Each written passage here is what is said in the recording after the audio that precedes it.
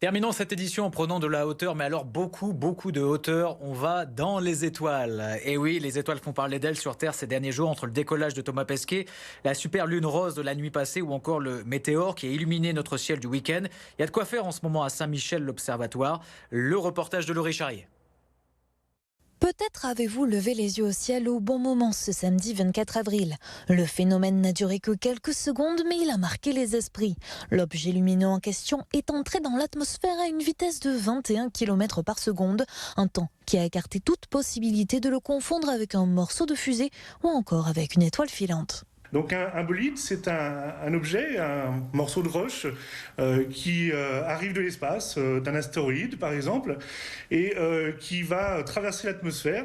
Et parfois, en traversant l'atmosphère, se désintégrant, il y a un morceau qui peut arriver au sol. Alors ce n'est pas le cas pour celui-ci. Un bolide en provenance de la partie interne de la ceinture astéroïde, un point de départ qui a pu être en partie déterminé grâce à Vigiciel, une plateforme participative où chacun peut apporter son témoignage. Pour ce phénomène, ce sont 600 personnes qui ont participé, une manière d'apporter sa pierre à l'édifice. C'est quelque chose d'intéressant, contribuer finalement à faire avancer la connaissance. Ce sont des objets qui sont une partie de l'histoire du système solaire, donc une partie de notre histoire. Si ce phénomène n'est pas si rare, il n'est pas le seul à pouvoir être observé en ce moment. Alors, on a aussi des essaims d'étoiles filantes. Elles semblent provenir de la constellation du Verseau. On peut avoir jusqu'à 70 étoiles filantes par heure, en sachant que le maximum, donc, lui, il sera pour le 5 mai. Seule condition désormais pour pouvoir observer les étoiles, c'est que le ciel se déleste de quelques nuages.